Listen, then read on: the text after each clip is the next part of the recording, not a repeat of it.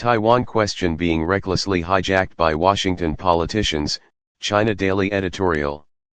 This year is the 30th anniversary of the 1992 consensus in which both sides of the Taiwan Straits agreed that there is only one China. A gathering in Beijing on Tuesday to mark the occasion conveyed an unequivocal message that if U.S. House Speaker Nancy Pelosi goes ahead with her proposed visit to Taiwan next month, it will have far-reaching consequences for Sino-US relations and the cross-straits situation. Speculation is running high that Pelosi does intend to do so, despite U.S. President Joe Biden's expressed opposition, the Pentagon's caution that it would not be a good idea, and Beijing's stern warnings.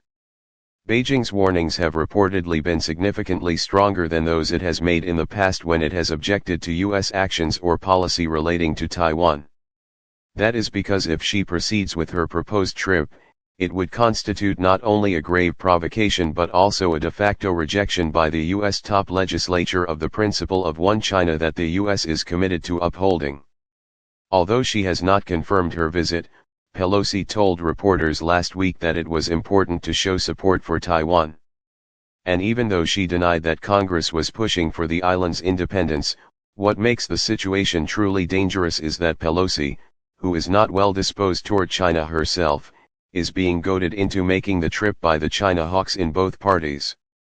Nancy, I'll go with you, former U.S. Secretary of State Mike Pompeo, who is reportedly considering a run at the White House in the next election, tweeted on Sunday, "See you there."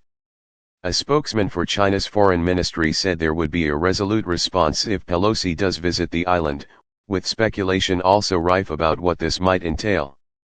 Some of the more hawkish U.S. politicians have been unable to hide their glee that it might lead to a military clash.